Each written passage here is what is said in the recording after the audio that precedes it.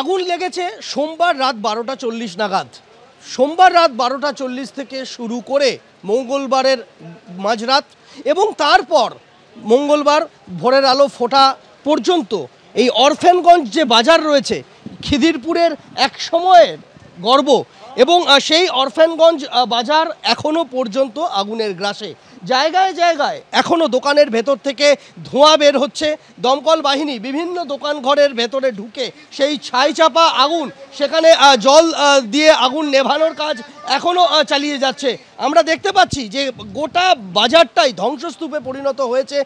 হাজার হাজার ব্যবসায়ী তারা এক ধাক্কায় সর্বশান্ত এক প্রকার বলা যেতে পারে। দমকল বাহিনী তারা এখনও পর্যন্ত আগুন নেভানোর কাজ জায়গায় জায়গায় চালিয়ে যাচ্ছেন। বাজারে ঢোকার যতগুলো এন্ট্রি পয়েন্ট রয়েছে প্রত্যেকটি জায়গা আগুনের গ্রাসে। এখনও পর্যন্ত সেই জায়গায় আগুন নেভানোর কাজ দমকল চালিয়ে যাচ্ছে। ব্যবসায়ীরা ক্ষুব্ধ তার কারণ যেভাবে এই বাজার আগুনের গ্রাসে চলে গিয়েছে এবং আগুন নেভাতে গিয়ে দফায় দফায় থমকাতে হয়েছে দমকল বাহিনীকে, যার জেরে আগুন আরও ছড়িয়ে পড়েছে এমনটাই বলছেন স্থানীয় ব্যবসায়ীরা। এবং এরপরে ভবিষ্যৎ কি তা ভেবেই কিন্তু রীতিমতো আতঙ্কিত তারা। কতক্ষণে এই আগুন পুরোপুরি নিয়ন্ত্রণে আসবে এবং তারপর তারা ভেতরে গিয়ে দেখতে পারবেন যে কার কতটা ক্ষয়ক্ষতি হলো, তারই এই মুহূর্তে অপেক্ষায় রয়েছেন স্থানীয় ব্যবসায়ীরা। যেখানে যেখানে এখনও পর্যন্ত আগুন কিছুটা নিয়ন্ত্রণে এসে গিয়েছে সেখানে ব্যবসায়ীরা যাচ্ছেন, তারা তাদের জিনিসপত্র যতটা পারছেন তারা বের করে আনার চেষ্টা চালিয়ে যাচ্ছেন, কিন্তু অর্ধেক জায়গায় এখনও পর্যন্ত পৌঁছানো সম্ভবপর হয়নি। শুভঙ্কর লাহার সঙ্গে সন্দীপ সরকার, এবিপি আনন্দ, কলকাতা। রবিবার রাত 11টায় বিধ্বংসী অগ্নিকাণ্ডে খিদিরপুর বাজারে 1300টি দোকান পুড়ে ছাই হয়ে যায়। এই নিয়ে একেবারে রাজনৈতিক তরজা তুঙ্গে।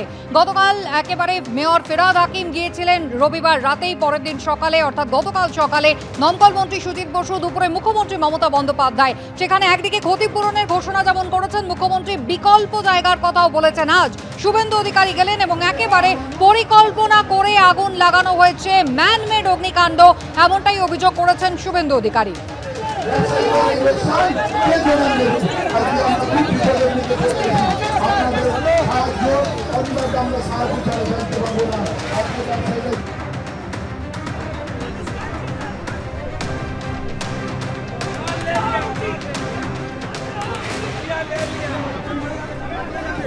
टीएमसी मीन्स रुपया ले लिया।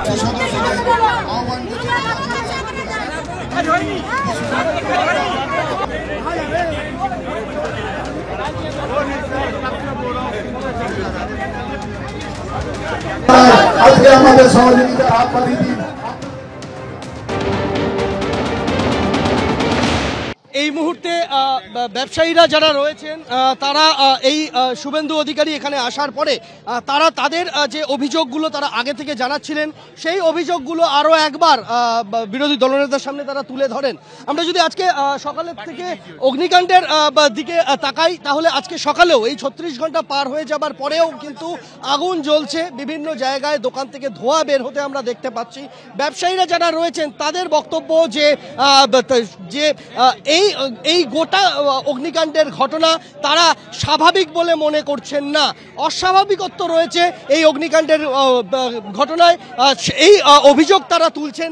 এবং আগুন এখনো নিয়ন্ত্রণে কেন এলো না এই প্রশ্ন কিন্তু তারা তুলছেন। তুমি দেখতে পাবে যে সংকীর্ণ এই যে রাস্তা, এই যে অরফ্যানগঞ্জ মার্কেট, খিদিরপুর যার শুরু হচ্ছে খিদিরপুর ব্রিজ, একদিকে তার সীমানা, আরেকদিকে সীমানা হচ্ছে একেবারে আলিপুর চিড়িয়াখানার লাগোয়া যে রাস্তা, অর্থাৎ চিড়িয়াখানার পাঁচিল থেকে শুরু করে খিদিরপুর ব্রিজ, এর মাঝখানের এই যে বিস্তৃত এলাকা, এটাই কিন্তু এই অরফ্যানগঞ্জ মার্কেট। যে মার্কেট শতাব্দী প্রাচীন, আগে নিয়ন্ত্রণ ছিল দক্ষিণ 24 পরগনার জেলা প্রশাসনের হাতে। দক্ষিণ 24 পরগনার ডিএম সরাসরি এর তত্ত্বাবধানের দায়িত্বে থাকতেন, ডেভেলপমেন্টের যাবতীয় কাজ ডিস্ট্রিক্ট ম্যাজিস্ট্রেট দেখতেন। পরবর্তীতে 2022 সালে হস্তান্তর হয়। সেই হস্তান্তর হওয়ার পরে এই মার্কেট কিন্তু কলকাতা পুরসভা যাবতীয় রক্ষণাবেক্ষণের দায়িত্ব। আর এখানেই সিঁদুরে মেঘ দেখছেন ব্যবসায়ীরা, তারা অভিযোগ করছেন যে এটা উদ্দেশ্যপ্রণোদিতভাবে এর পিছনে ষড়যন্ত্র থাকতে পারে, এই নানান যুক্তি তারা দিচ্ছেন।